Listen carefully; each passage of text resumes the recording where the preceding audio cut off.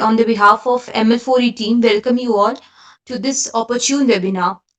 The topic we would be diving today is a noob's guide to Kaggle competitions, and we have with us an alpha geek and a Kaggle aficionado. Caggling in the pseudonym of Mr. Know Nothing, he has many achievements at his disposal. A Kaggle competition expert, a former data science intern at Bomisco, and a current associate data scientist at Optum, being just a few of them. He has under his umbrella many projects that would definitely keep you in air. So, before we jumpstart into understanding the roadmap with the man himself, Mr. Tanul Singh, I would like to invite Manish sir, our faculty advisor as well, as the linchpin and the leading light of the club, to share a few words with us. Manish sir, can you please share a few words?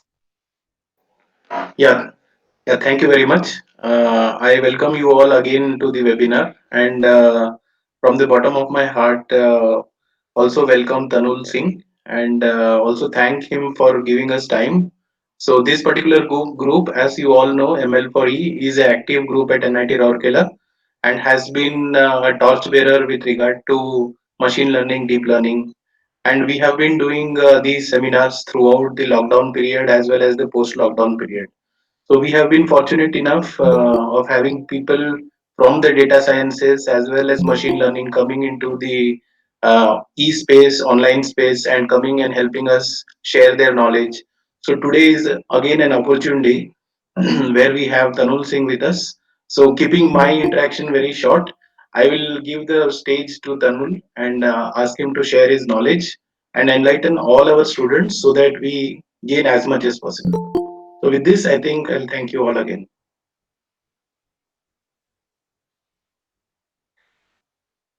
Thank you, Manish sir, for introducing me. I'm glad to be here. Thanks for inviting me, guys. Uh, as for my introductions, have already been made, so I guess I'll just get down to business. This is a special kind of an episode which I've prepared, which is a part of something which I've recently started. So I started something called Mr. Know Nothing's Weekends. As I joined Optum, and it's my first professional journey I started. So as a part, I've realized that weekends are very important, especially for working professionals, and that is the only time where you get to uh, increase your skills, learn new things, and at the same time, you'll have to take care of the jobs you get at the home as well. So using that, I'll be publishing new articles along three tracks. In this, let me share my screen before I explain.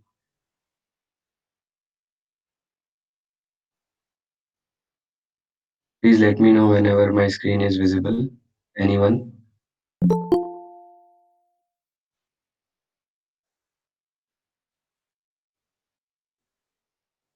Yeah, it's visible. Okay, thank you.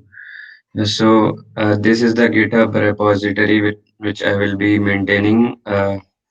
It's called Mr. Know Nothing's Weekends. I have got three tracks. One is called DSL Go, the data science style. Another is Kaggle exclusive, of which article is a part. And the third is the NLP, the unsung saga, which is very close to my heart. So every week I'll be posting something related to any of these tracks, and you can enjoy it at your home. It will be in a way that I've always written, absolutely beginner friendly and unique content that will help uh, you in some way in your professional career. So I'm kicking this off along with this talk, and I'm glad to do that. I've named the first article in the series as "Tackling Any Kaggle Competition the Noob's Way." It's the release date is 25th October. You can also give the feedback, and if you want to collaborate with me, you can also fill a form so that I can get back to you. So this is about the series. You can check out the link I'll share. So without any further ado, let's just dive into this tackling any Kaggle competition the noob's way. The competition which I have chosen for this is Mechanism of Action Prediction, which is the live competition and we still have more than a month to go, so you can follow along after this tutorial. Maybe try joining in this Kaggle competition and make this your first competition. Gain some confidence for upcoming Kaggle competitions. So before starting, one of the major questions which I get asked is why Kaggle. So my simple answer is when you are a fresher and you are building personal projects. So there are only two things which you can do. Either you can build a personal project, or you can do something competitive. Like in for software development roles, we have CodeChef and HackerEarth and a lot of different platforms that we use to make us visible in the world, because there are a lot of people doing the same things. Similarly, we have Kaggle and different platforms which are coming up now for the data science thing. But some there's something special about Kaggle. That's because a lot of different people, very high class people like someone working at Nvidia or Google, may come in and share their ideas here, and you get to learn from the best in the industry. So that's something which you will not get anywhere else. So that is the one main thing why you should Kaggle. The second is, you, instead of doing personal projects which can not be unique at times, which can be not be appealing at times. But when you do Kaggle, you get new problems, very challenging problems, which not only develop your skills but also help you in showcasing something which is very unique and others might not have done. So it gives you an opportunity to stand out. So that is a very nice thing to have, right? So that's why you should Kaggle. And I'll this notebook is public. I'll share the link as well. I've mentioned each and everything, a step-by-step guide on how to tackle any Kaggle competition, be it deep learning, computer vision, natural language processing, or simple tabular competition, in a way that I would have done. So you can read this along the way. Main the table of contents, which from which where we'll start are. Uh, First is the phases of Kaggle slash data science. So I also, get asked a lot of questions regarding how I should start data science. So before I, go further, can just one by one we can know that's a simple introduction along with whatever you're doing right now and at what level you are. After I mention what is the level, okay, Nikita? Can we do that? Just one by one introduction of what you think. Given three levels: in beginner, a noob, an intermediate, and an advanced level. Just mention your name and tell me which level do you think you belong to. Uh, I think it would be better if we all can type in the chat box. Yeah, yeah. It Please do it quickly if it is possible. Definitely.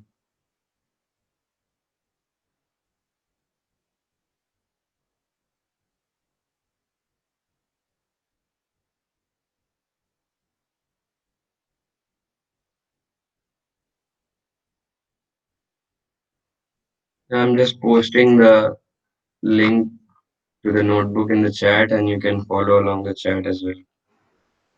Sorry, follow along the notebook as well.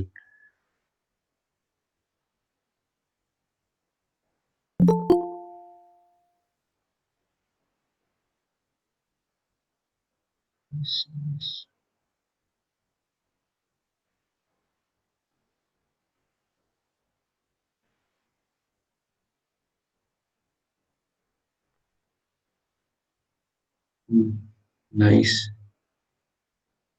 We have got a lot of people who are saying that they're intermediate, so that's really good. Even if you're a beginner or a complete noob just starting with data science, that's also good.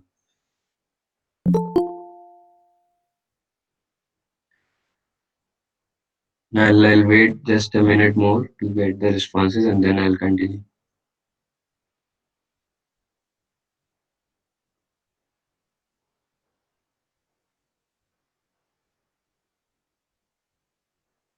Nice, Pratik. No problem.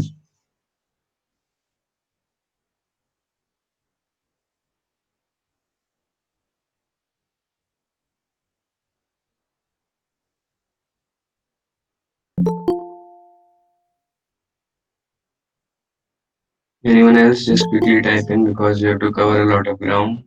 We don't have a lot of time here.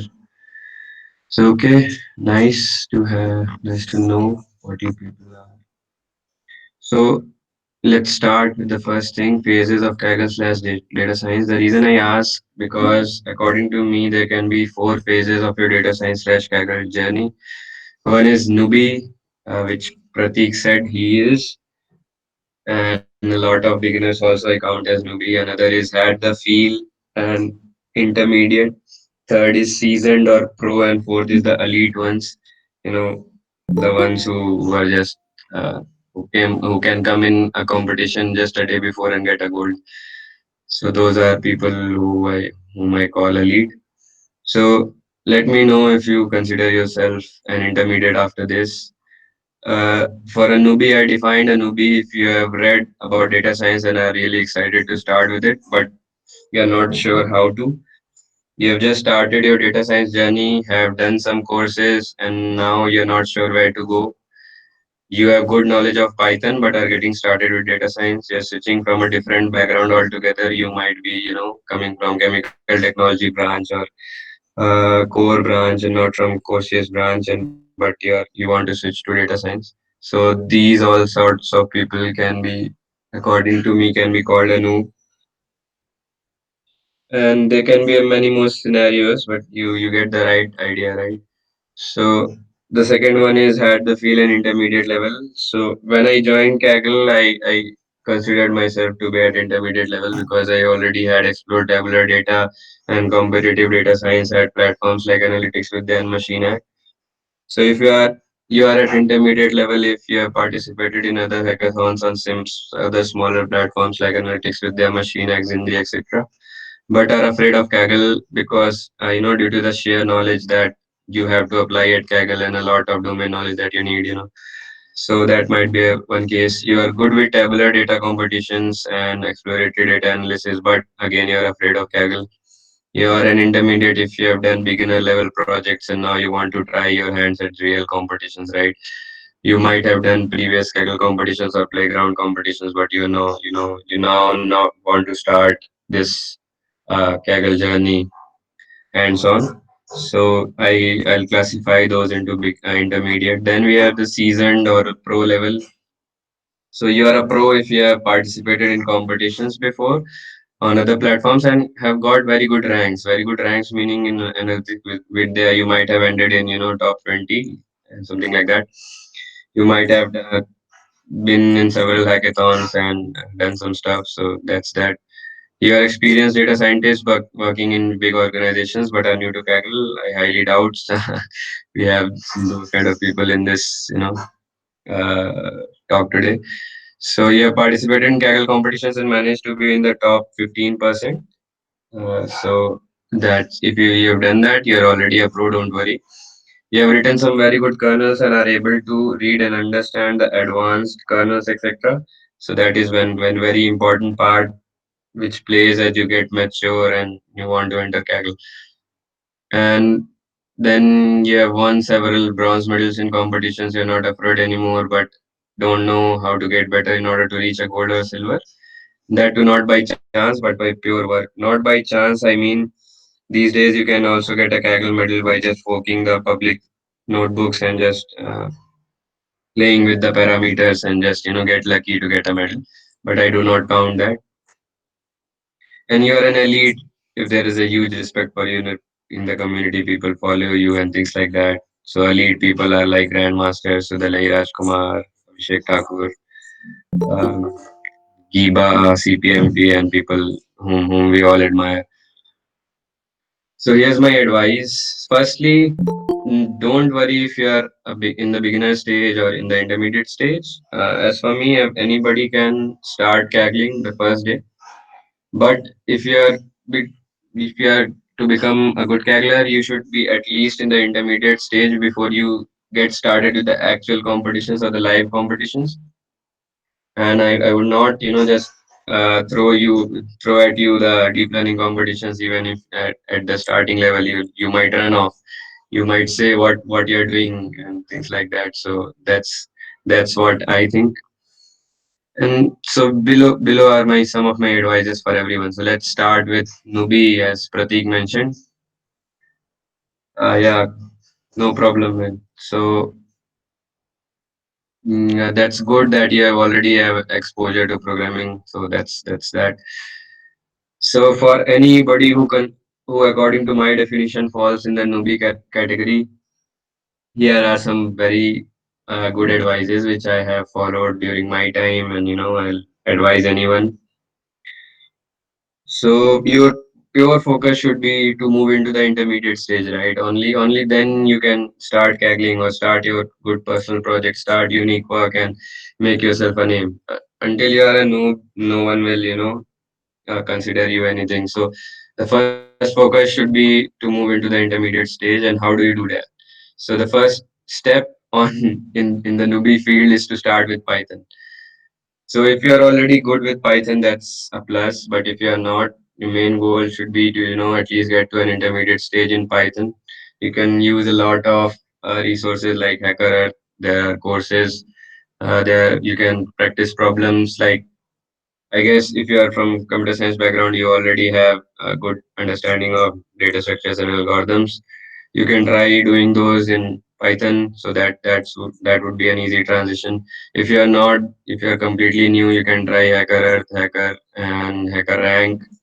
So HackerRank, especially, I guess they provide badges on courses, so that will be really helpful. Uh, then after you think that you have a good understanding of Python and its data structures, like you have a good understanding of how the dictionary works, how the list and other things work, how do you do list comprehensions, what is the most effective way of writing Pythonic code, then you can move on to the next step. Or you can you can do Python learning side by side, and you can also practice the main data science libraries like Pandas, NumPy, and Scikit-learn. The best place to do that, according to me, is Kaggle Learn. Kaggle Learn has very good courses. You can go to Kaggle and search for Kaggle Learn. There you have great courses which you can do, or you can try courses like download a course which is just on Pandas or just do Coursera. But I like the Kaggle Learn courses because it's hands-on. Anything which is hands-on and not just theoretical will help.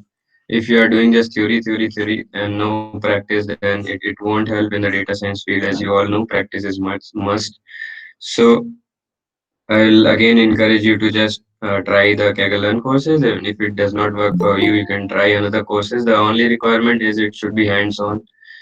And once you are good with Python and these data science libraries, what you should do is what I used to do was I used to select any random data set, and not necessarily Titanic or people or the data sets on which a huge amount of resources are available. You could take a data set which is offbeat, which no one is exploring, and you can take that data set and use all your knowledge which you have gained from Kaggle Learn courses and the Python knowledge and test it on it. So go to here data on Kaggle and search for any data set and use all your knowledge which you have gained up till now on that and see what you can do with it. Make nice graphs, make or try to get more and more insights, be creative, use your original ideas, and just document it. So once this all is done, you'll have basic understanding of writing and reading basic level codes. You can slowly start to move, and you keep this data set handy with where you have practiced all this, because again we'll visit here and check the newly gained skills and now compare how far you have come from a beginner. So once you have a basic level understanding, you can now move to starter level competitions. Just go to compete and then go to playground, and then you can start with any tabular competition which already has been held and is you are comfortable with it. Try reading the kernels which already great people have written and explained. Try to learn new stuff from there.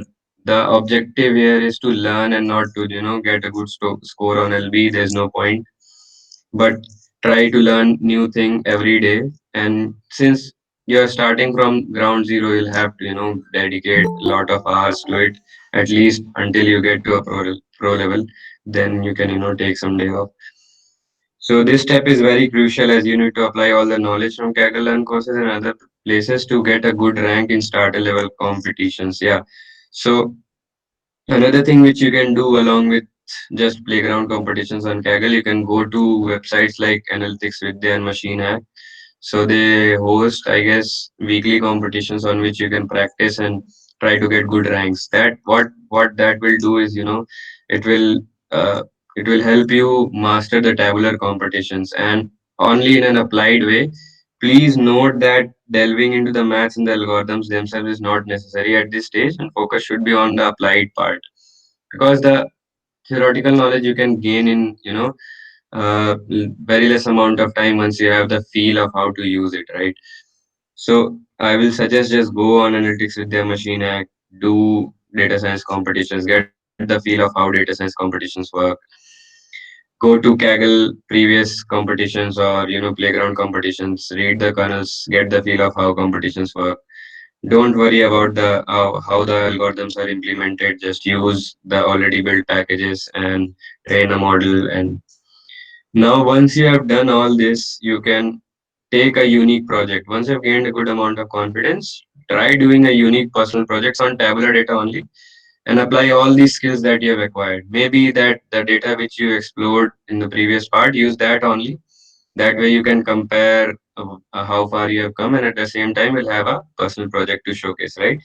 So just transitioning from newbie to this intermediate stage, you'll have a project at your hand, and that will be unique. And you have to go to a tough road without any guidance for it. So the knowledge which you'll have at this point will be immense, and trust me, it will be if you follow along. So that's for all the noobs. Prateek, I guess it will be helpful if you read the kernel. I guess whatever I just spoke made sense to you. If it sure. So next, I'll have some advices for all the people who consider themselves in the intermediate level, and since most of the people did, that's really good. So live Kaggle competitions can be tough, right? And might be out of your league. You might be only good at tabular data, and you've never worked with deep learning or neural networks or computer vision. And Kaggle competition these days are you very computational heavy and are on totally deep learning side, as they had to give money, and people at Kaggle are really big competitors. Like they have so many years of experience. If they will give just a tabular competition, all will hail and there will be chaos. So they can't do that. So the easiest way to get started with Kaggle, since you have gained all this knowledge, just keep all those knowledge at the back of your head. Choose any live competition. The best part is with every competition you will have the data, right? Maybe you cannot build a model, maybe you cannot get a score, but you can surely do sorry.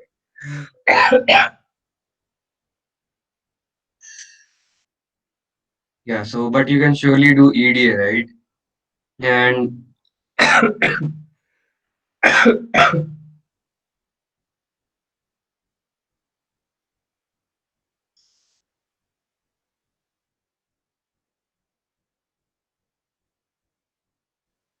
yeah, sorry for that. Yeah, so you will be able to definitely do EDA, and since you are doing EDA, you will be able to develop a habit of thinking critically about the data, because the model is as good as the data, right? And there's a very important saying in data science that garbage in and garbage out. So if you understand the data well, then only you can train good models in machine learning.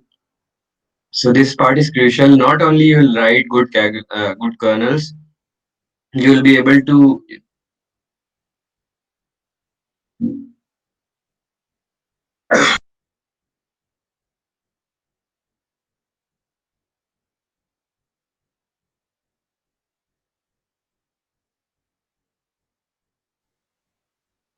So yes, I do not know about Numer AI at the time. At this time, maybe you can ask someone who is already doing that.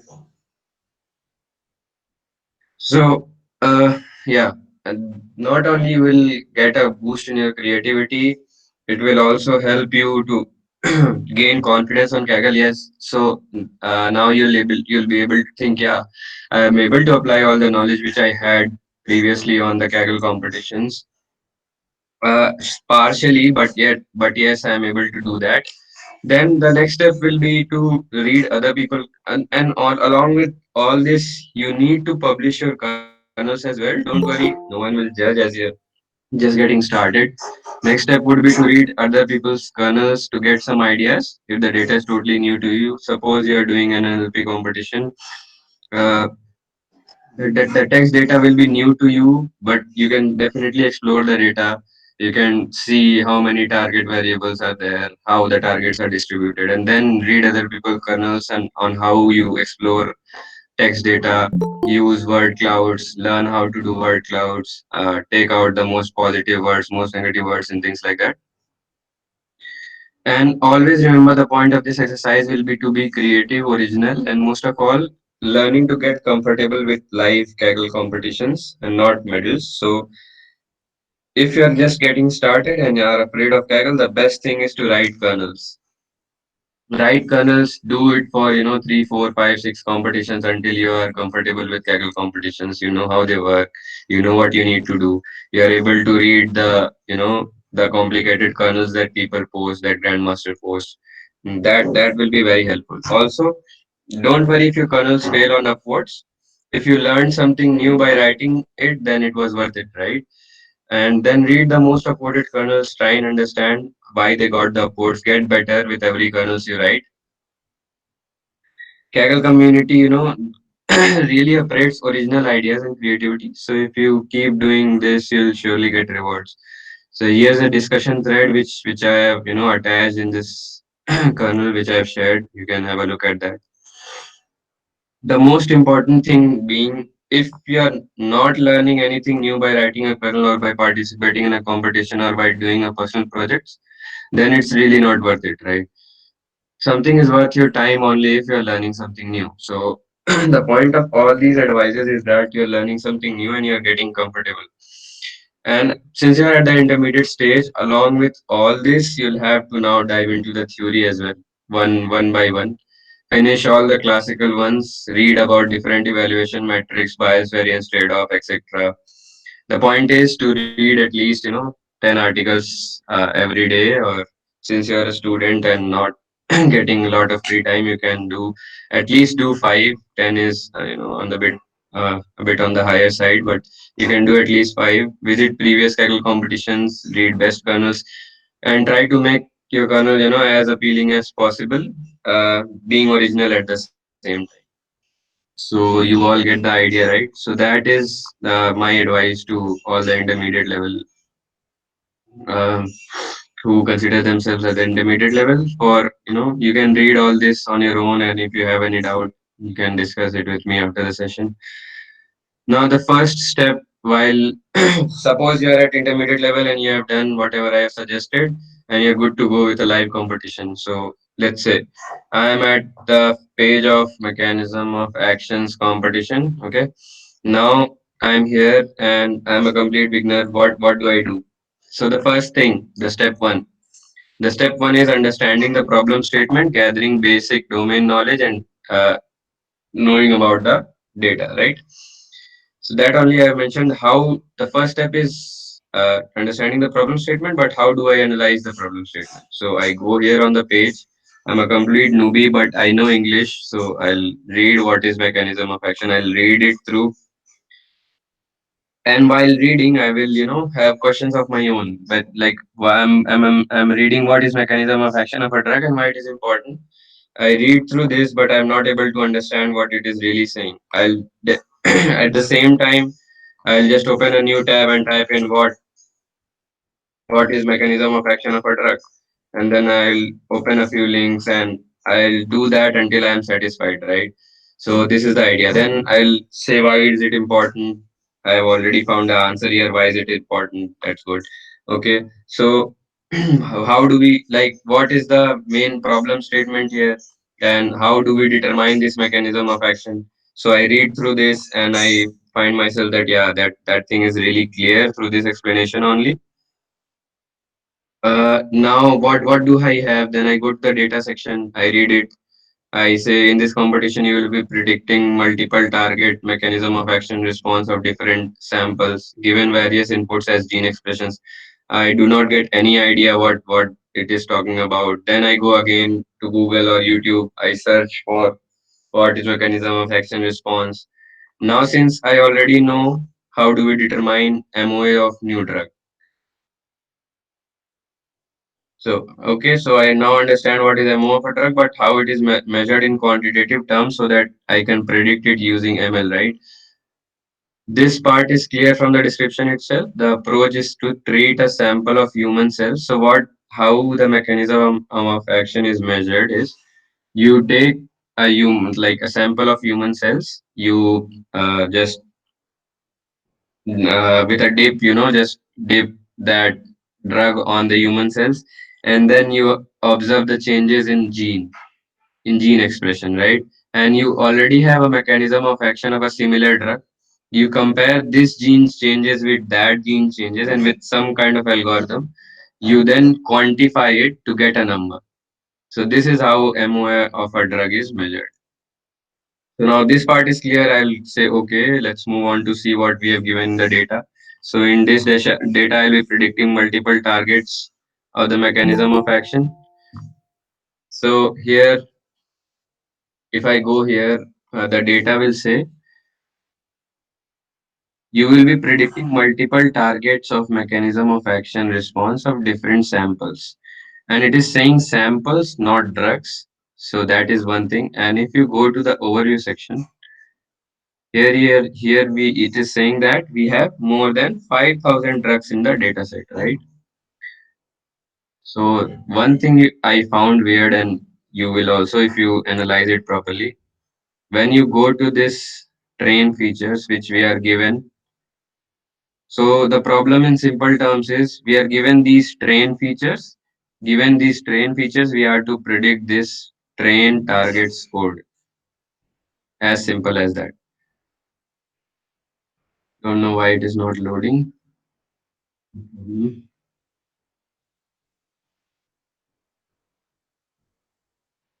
Yeah, so these train features, uh, as you will see that in this train features, we have 23,000 rows. But if each row might have been a unique drug, how can be there? How can there be 23,000 drugs, right? Because they've already mentioned that there are 5,000 drugs. But in this train features.csv, we have 23,000 rows. So that means that every row in this train features is not a unique drug, right? As simple as that. And what do? We just write it down as, that's why understanding the problem statement is very necessary. We just, write it down as a note and then we will further clarify from the organizers that what is happening here. So now we have a clear picture of what we have and what we need to do, given the gene expression features and the cell. For now, just at first sight, what you need to do is just understand. You do not need to know what is gene expression and cell viability. You just need to understand the problem statement. So you understand the problem statement that given the gene expression features and the cell viability features, you have to predict MOA responses of various samples. And those samples are 23,000 in number. Clear?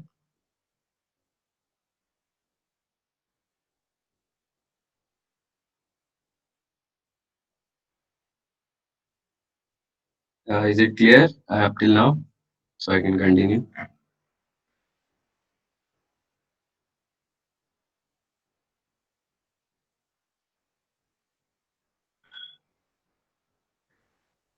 Okay, cool.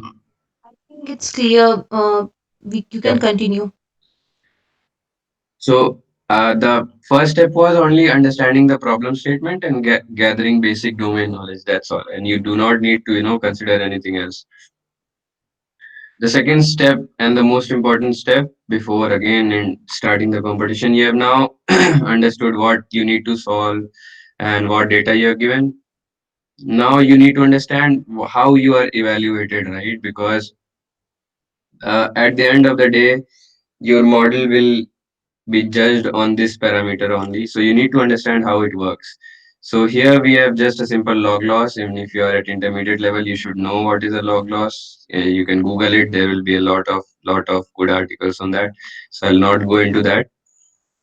So what I particularly do to understand an evaluation matrix. Suppose here we have a very simple evaluation metric, so we can just Google it. But in Kaggle competitions, there can be weird, very weird competition metrics which you'll not found in on Google. So the first step is to implement this evaluation metric by your own code, and that's why I mentioned that you should be good at Python. The second step, how I analyze the evaluation metric with respect to the competition, is I analyze what is the maximum and the minimum value that the metric can receive in its entire domain, right? Because Kaggle sometimes limits the domain of the metric, that the value cannot be higher than this. We'll clip it to this. So you just note down the minimum maximum value. Then, if you pass the original targets as predicted values, then your error should be zero, right? Then the evaluation metric should be perfect. So how do you check how the evaluation metric changes with the predictions? What you do is you take the original targets and you shift a little bit. Suppose the original target was 1, you shift it to 1.007, and then measure the metric again and see how sensitive is the metric. uh, is changing by 0.007 affecting the metric a lot, or it is affecting just a mere bit? So that way you will have a lot of understanding of how the metric works, and you will have a clear idea whether label smoothing will work or not. Whether just at the last, you can apply some post processing techniques to just get a better result. Whether if your model is just deviating on few samples by a little bit, it's okay for you to have that or not. It will help in error analysis, what we do at the end at the end back end of the competition. So that's why understanding the evaluation metric is very important. So now we move on to the step 3 and the most important part. I guess it's clear up till now. Nikita, if you can again just unmute yourself and let me know. I think nobody has posted any doubt, so I guess everyone is clear on it. Yeah, so the most important part now is the exploratory data analysis and advanced domain knowledge that we'll need. As with respect to this competition, I've already posted two links here which have step by step guide on how to do EDA for this competition. Now, exploratory data analysis is important. As I said, you will have to understand the data, then only you can build good models. So after reading through this, you will understand why these are important, and I have mentioned all these features here. You'll have to read through. Now it's a more of a reading exercise. You'll have to read through each of these things, then read through each of these things, and then you'll understand what is the process and frame of mind of doing this exploratory data analysis. How do you do it, and how do you choose a reliable cross validation? So I'll just talk up more about reliable cross validation. So what is a cross validation? uh, to evaluate a model, right? The training set is something the model is trained upon. So a model has already seen the training set, and the test set on which the leaderboard gives the score is something that the model has never seen, right? Because you do not have the target values for those. So let's say there is you are having a brother, and he has been in a fight with someone else whom you don't know, and you are the model here. So apparently you will, be biased towards your brother because he's your brother, right? Similarly, a model will be biased towards something it is trained upon and will not do good with the test set if it is not a good model. But suppose you are a brother, but you are a Mahatma Gandhi type of a brother, and you are just too satyavadi. So then you'll not be biased on either side. So that kind of a brother or a model is a good model. So that's why we need to choose a reliable CV, meaning we need to divide the main training set into two parts, on which one the model will be trained, and on the second one we will evaluate our model without submitting to the leaderboard, right? Because you cannot keep submitting to the leaderboard, as the leaderboard, on the leaderboard half of the data set is hidden. And in the private, you'll understand once you start with Kaggle. In the private leaderboard you can fall many places. So you'll have to create a good validation on your end. Now this validation or valid set which you have created out of the training set, it should resemble the test set as closely as possible. Meaning, let's suppose there are 10 labels which you are detecting in a classification problem, and in the original test set on which the leaderboard score is given, these 10 labels have equal representation. Like every label has 50-50. The first label has 50 data points, the second label has 50 data points, and it is same for all the 10. Then your cross validation should be made in such a way that your cross validation is also 50-50 points from all the labels. You're getting the point, right? You need to replicate the test set as closely as possible. But since you do not have the labels for test set, it's a very, very difficult thing to do. So that's why you need to choose a reliable CV. Now, another property of a reliable CV is, if your score on the cross validation increases, your LB score should increase.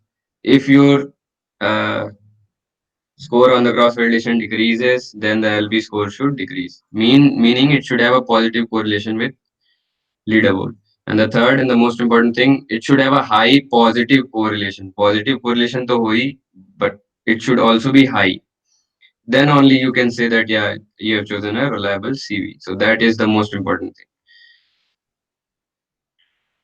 So that is that. And then step four is, setting up a baseline.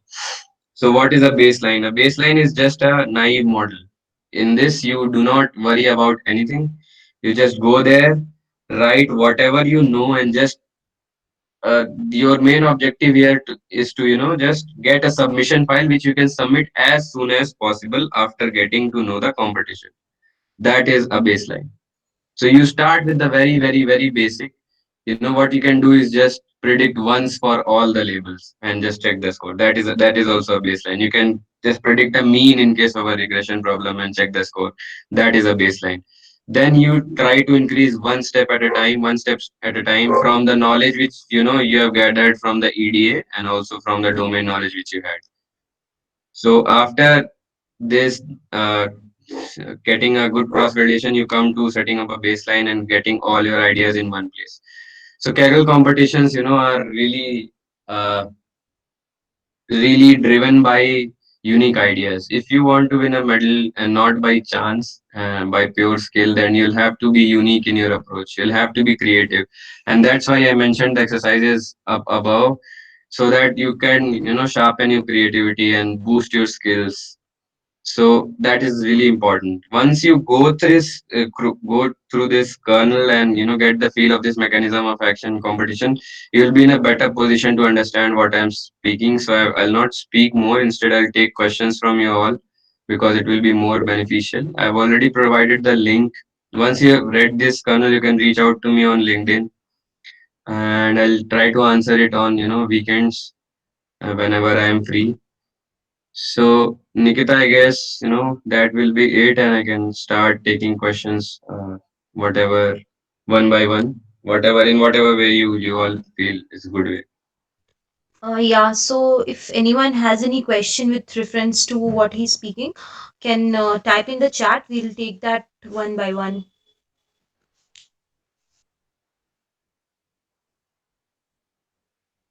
No, bro, it's not premium. It's it's a normal account. As I told Santosh, like you'll have to wait for some time, because in the weekdays I'm really busy with my projects right now, as There are some very good projects in my company. Also, I'm caggling at the same time, so I might not reply soon, but I'll definitely reply.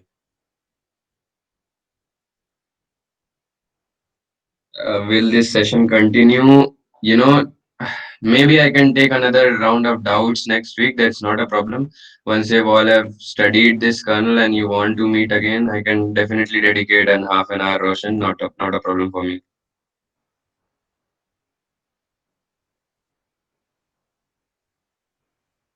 How to do good data science projects for data science? See, Abhishek, the goal should not be to do data science internships. The goal should be learning, and everything will come along the way. This is a mistake which everybody makes. What did good data science projects is, once once you have the right skill set, and once the things I have mentioned, you do that, all you already will have a lot of creative ideas.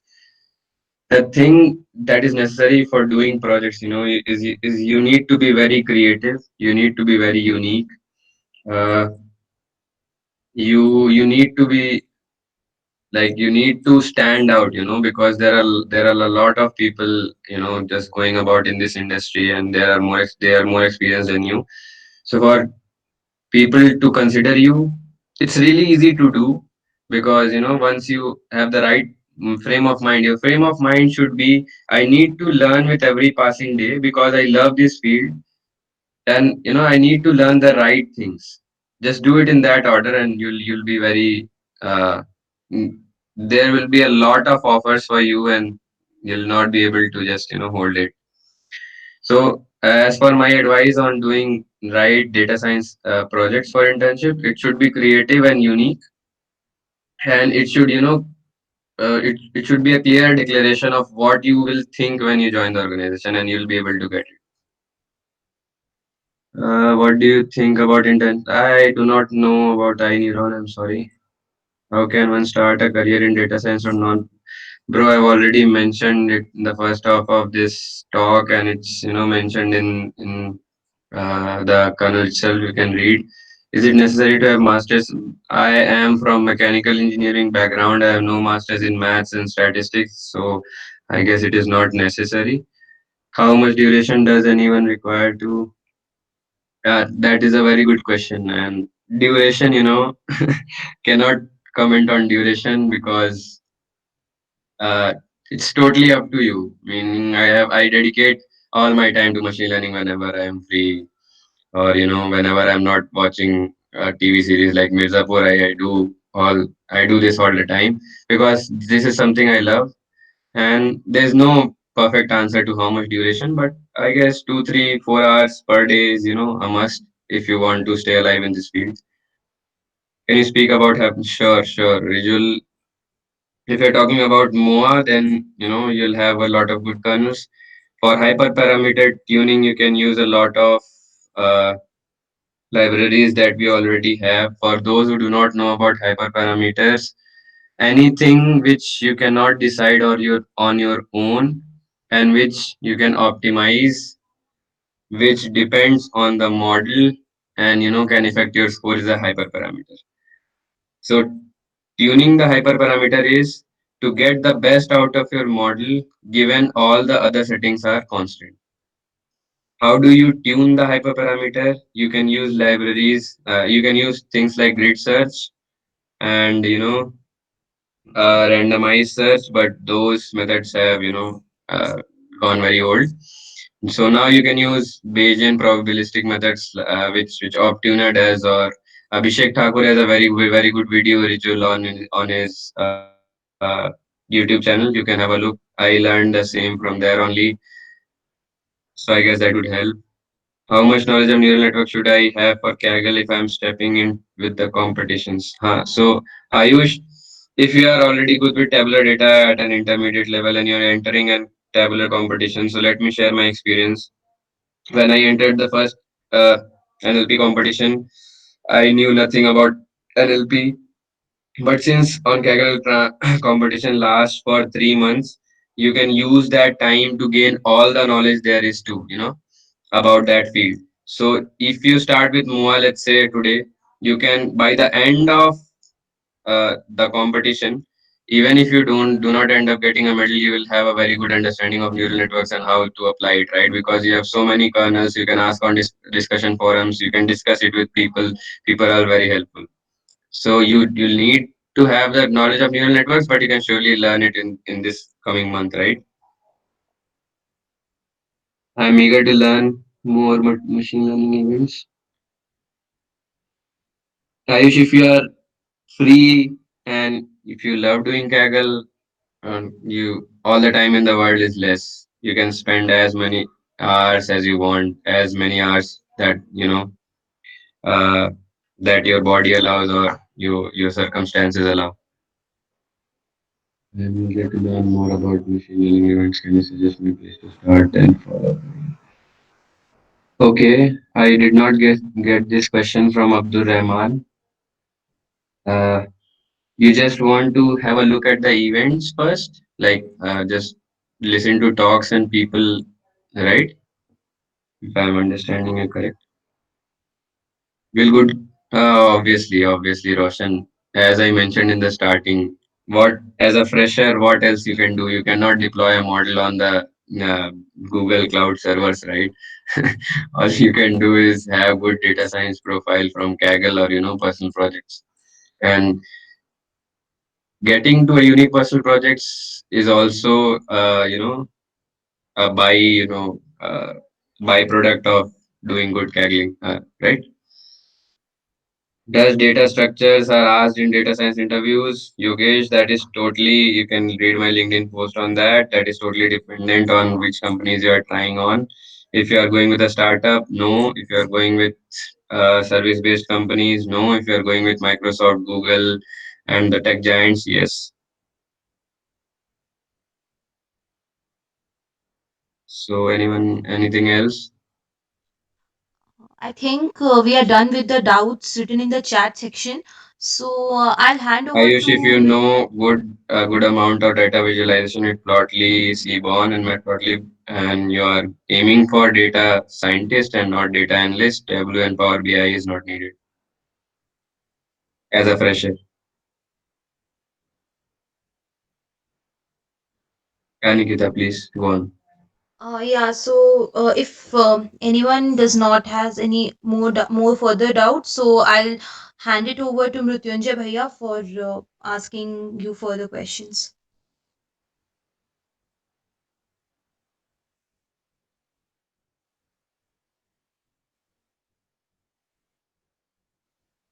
Sure, man, not a problem.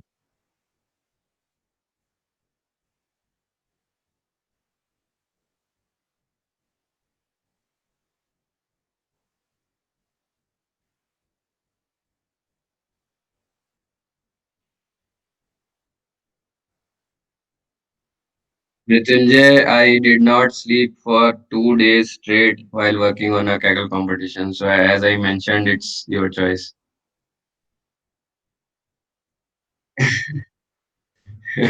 So that's absolutely your choice because I enjoy these. See, let me frame it this way, okay? I'm working as at Optum, and my whole day feels like I'm cackling, and it's natural to me. And at the end of the day, I have zero thakan, you can say, and I'm still smiling, and I'm eager to work, and I'm very eager to work because that experience with Kaggle and that hard work with Kaggle has made my body and mind just in that state that I can bear anything at right now in the data science field, and I'm in love with this field so much that even my whole life this work will always keep pushing me to do better. So always try to frame it. I always say do not do anything if you don't love it, right? Meaning I had already a placement in mechanical engineering. I left it because I was not, you know, I did not love it. It doesn't mean I was not good at mechanical, but yeah, I did not love it, so I chose data science. So that should be for you as well. Don't do it for the sake of doing it. Do it because you admire it, you love it. I know it's easy to say, but uh, that's my experience.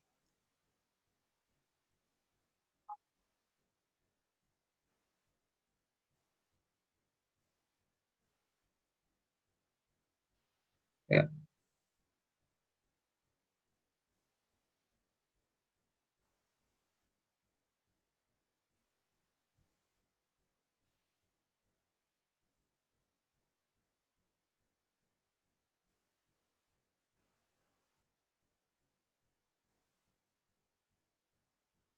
I've mentioned everything in my kernel and as well as Abhishek Thakur video, but I'll try to just summarize it. If you, Mrityunjay, if you give my kernel a read, everything has been mentioned of how I continued and came here. So the thing was, I used to do machine learning in bits and pieces. It was nothing concrete. The pandemic hit I was placed early in early September in my first company, so I had a lot of time. After enjoying a bit with my friends, I thought, why not give a machine learning a try? So I was already in that frame of mind, and the pandemic hit, and so I had a lot of time, and I just followed the exact same path. I took a competition about which I knew nothing, and in a matter of 2 to 3 months, my aim was only to learn. I did not want any medals. I did not want any credits. I did not want any name. My only, still at this time also, the only goal which I have in mind is to learn, because for the love of it. And one of the reasons, and I love NLP because NLP, I guess it's having a lot of potential, and very few people explore it just because it is tough. And also, it, I find it more interesting to learn. If that the point being, if you are really interested in the learning curve, right? If you are enjoying the journey and you're not fond of the destination, you're not thinking, oh, भाई मैंने ये कर लिया तो I'll get a package of 40 lakhs, 60 lakhs. हाँ, data science में पैसा है, no doubt. But if not thinking out the destination and if you are enjoying the journey, then you will definitely get there. As for the steps I mentioned, I tried my best to mention it in the kernel and also in the interview with Abhishek Thakur. I cannot refine it more.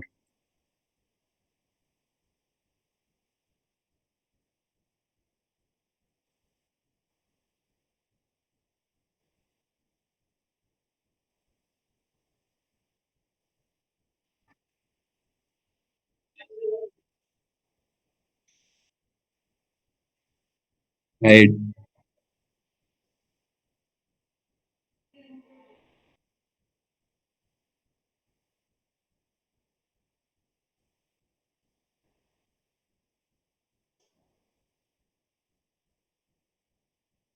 Yeah, that's a very good question. So, as I mentioned, if you regard this as an exercise to showcase your original skills and to boost your creativity without looking at anyone else kernels, just applying whatever you have in mind with a free goal, there should not be any goal. And at the back of the mind, you should always be reading the good kernels. Okay, so this guy did that. How can I just make some changes to it so that it becomes my unique idea, but at the same time, uh, I learn something new and it serves my purpose, right? Understanding, you getting the point. Meaning, if I'm reading anyone else's kernel also, I take the idea, but I want to mend it in a way so that I can learn something, and at the same time I can make it unique and my own. So that's one thing. Second thing, at the back of your mind, you should always have this in mind. uh, when you read a Kaggle kernel, it's very painful, right? Because most of the kernels do not write anything. They just write code and publish it. So the pain which you go through to understand those things, every other individual will, right? And you've already done the hard work to understand it. So why not just write those things in a way so that everyone could understand it? So just do this and have this thing in the back of your mind, and you'll be able to write good kernels.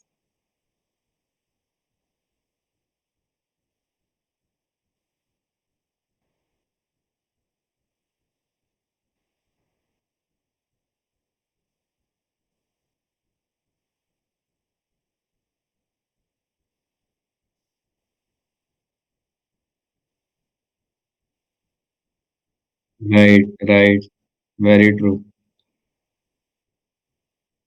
I've already mentioned that, this problem in the kernel and the solution to it. As I mentioned, if you want to win a Kaggle competition, there's not always a chance that, people. I've seen people just forking public kernels and, just playing with the parameters, winning silver medals, even gold. There, so that is also possible if luck is on your side, but that will not help you, right? As someone asked, will Kaggle be helpful? If you have got medals this way, it won't. It will get you an interview, but you will be, shagged in that interview. As I quoted earlier also, if you're not learning anything, the medal is as useless as it can be. And the main thing is, you need to be creative. You need to be in the frame of mind that you should keep learning. You should, once you have a baseline and you have tuned all the hyperparameters and nothing is going good, you should Google what are the uh, the new state of the art going on, what more you can do. You should try more EDA, read the discussion posts, comment on the discussion forums, what next should you do, what are the novel ideas, discuss with grandmasters. So that what make Kaggle so nice. You can discuss with everyone.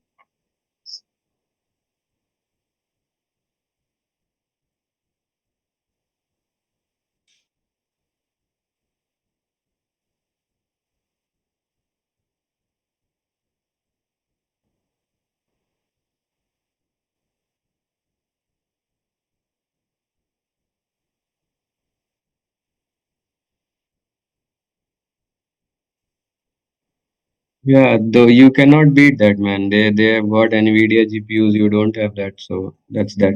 Me and Abhishek also joined in the last week of uh, that the same open vaccine competition, and we would have been, able to grab a silver medal, but Abhishek got busy. So yeah, that we ended in a pathetic situation. So they will keep on doing that. You cannot match with that, right? You have your own limitations. You will have to work in your own limitations, but that will not stop you from doing Kaggle, right?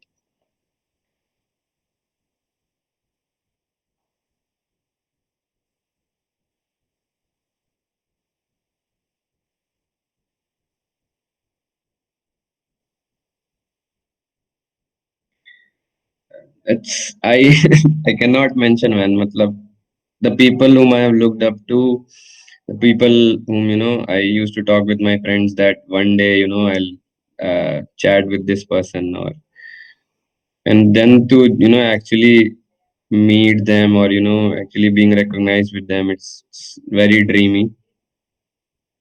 And it's a dream come true. I cannot mention, like uh, I have also chatted with Sudalai Rajkumar sir and other people, and they have mentored me very nicely. So as I mentioned, the Kaggle community is great, and if you are doing good, if you show potential, there will be encouragements. Even I tend to encourage people. There's a person called Kaushal, sorry, Kushal Agarwal. He's my junior, and he is currently doing, like, he is the best single model right now in the MOA competition. I used to mentor him. I currently do also. So he's doing very good because he was very enthusiastic. So you can see the results. Once you show potential, people will help.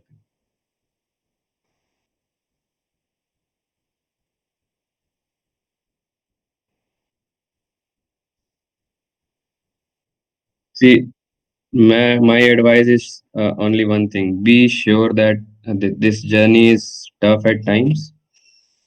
You will have to be sure that you want to do data science, because that's how life works, right?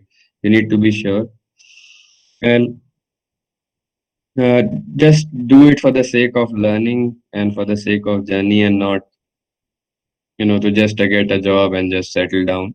Don't do it for that, because let's say by luck, or just because you are at a very good college, you might get placed in a data science company. But if you do not have that attitude, it will be a baggage for you. And since the data science community is growing at a pace of 5G, 6G, or 7G, You never know when you will be kicked out if you're not following at that pace.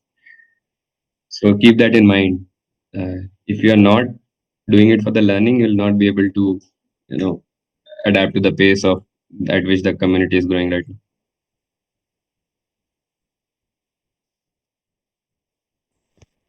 Yeah, so I think we are done with the doubt session. So before we end this and wind up this, I'll ask Manish sir to finish up to give some final lines on the session. Yeah, thank you, Nikita, and thank you, Tanul, for having spent time with us. On a lighter note, I think all of us are making team on Dream 11, and you're kegling. So that's what I. So that's what was my sir summary. That sir हम it सब should लोग be like आप ये कर लो, मैं dream 11 पे team बना लेता हूँ. या so it is vice versa. So हम लोग ड्रीम 11 पे टीम बना रहे हैं और आप कैगल कर रहे हो. So with this, I think I'll thank you for having joined us and shed light on how to proceed with this exploratory data analysis and along with all the other levels, that is from the beginner to the to the intermediate to the expert, and told about the Kaggle competitions. I hope you clear our doubts and be in touch via LinkedIn with our students. So, with this final note, I think I'll thank you again, Tanul, for having spent time with us and guided the students to be data scientists. And moreover, as you said, it should be a dream for them, and they should dream to do that and not be forced because there is opportunity here. So, with this, with my final lines, I'll again on behalf of ML4E, I'll again thank you and appreciate that you could give some time out of your like on it's although on a weekend, but it's still festival time. So yeah, yeah, keeping that in mind, you have spent time. So I appreciate with that. So thank you, Tanul. Thank you, sir. Thank you for having me. So yeah, thank you so much for these golden guidelines. That would be extremely helpful and fruitful to just like anyone gearing up for a start in Kaggle or at just any level striving for improvement and upgradation. And thank you so much for taking out a chunk of your precious time for delivering such an illuminating and elaborate piece of information. I extend my gratitude on the behalf of attendees who are hopefully gratified with such a fruitful session.